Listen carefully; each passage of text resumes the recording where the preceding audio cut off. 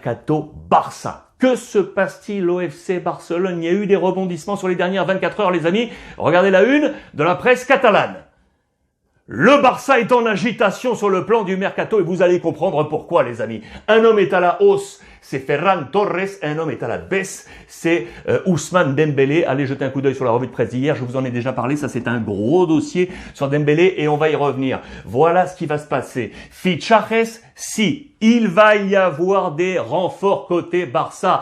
Pénurie économique, vous le savez. Pourtant, l'homme des sous au Barça, Ferran Reverter, l'a très clairement dit. On peut faire quelque chose, et notamment sur le marché hivernal. Il y a plusieurs noms qui sont en train de sortir. Je vous ai fait un zoom sur les pages intérieures du quotidien Sport. Il y aura des transferts, il y aura des arrivées. Il y a plein de noms qui tournent, vous les voyez, avec Azpilicueta, l'ancien de Marseille, qui vaut 0 à l'été prochain, il est libre. Il y a du Ziyech, il y a du Dani Olmo que vous voyez encore ici, il y a du Adeyemi, il y a du Timo Werner et donc du Ferran Torres. Ça, c'est le dossier le plus chaud. Les discussions continuent, je vous en ai parlé hier, ça fait un petit moment qu'on parle entre Manchester City, qui veut un peu plus de 60 millions d'euros, le Barça à 40 là, à proposer. On est en discussion, ça se poursuit autour de Ferran Torres. Azpilicueta, comme je vous l'ai dit, ça pourrait se faire. Lui, le trentenaire, l'expérience pour le côté droit pourrait être associé peut-être avec Daniel Alves. C'est à coût 0 à l'été prochain. En revanche, je vous l'ai dit, Ousmane Dembélé aurait un pied aujourd'hui dehors. Mais si on voit le verre à moitié plein, il a l'autre pied à l'intérieur, bien évidemment. Lui veut rester, c'est ce fameux bras de fer. Il termine contrat à la saison prochaine. Il veut une revalorisation peut-être de ses émoluments. Le Barça dit non. Attention, bras de fer, parce qu'il pourrait donc partir libre à l'été prochain. Affaire à suivre. Bien évidemment, la mauvaise nouvelle côté Barça, la mauvaise nouvelle, c'est la blessure de Sergi Roberto.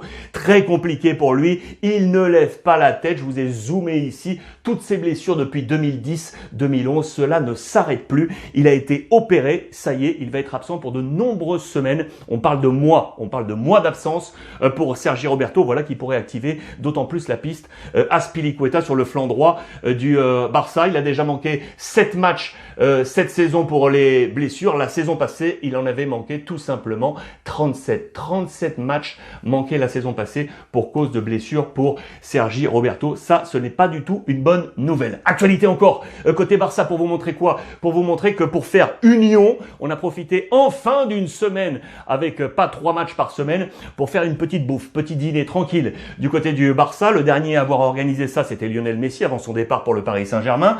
Là, on s'est réunis avec le coach Xavi et notamment pour célébrer le petit Pedri. Vous le savez, le ballon d'or des jeunes s'était décerné lundi dernier. Ils étaient tous là pour faire union du côté du FC Barcelone. Du côté de l'organe de direction, il va y avoir un grand événement d'ici peu, un référendum historique pour valider les travaux du Camp Nou. Le nouveau Camp Nou va sortir de terre et ce pour 2025. Le voici, Ferran Reverter, dont je vous ai parlé, l'homme des sous côté Barça, qui l'a rappelé aujourd'hui partout sur la planète. 67 clubs ont des infrastructures meilleures que celles du Barça. 67 clubs, c'est beaucoup trop pour un club du calibre du FC Barcelone. Ces travaux, s'ils sont tous validés, cela enchaînera bien évidemment l'impossibilité de jouer sur la pelouse du Camp Nou, comme ce fut le cas pour le Real Madrid. Et donc la saison 23-24, le Barça devra jouer à l'extérieur, certainement sur son terrain B, je vous le rappelle, comme l'a fait le Real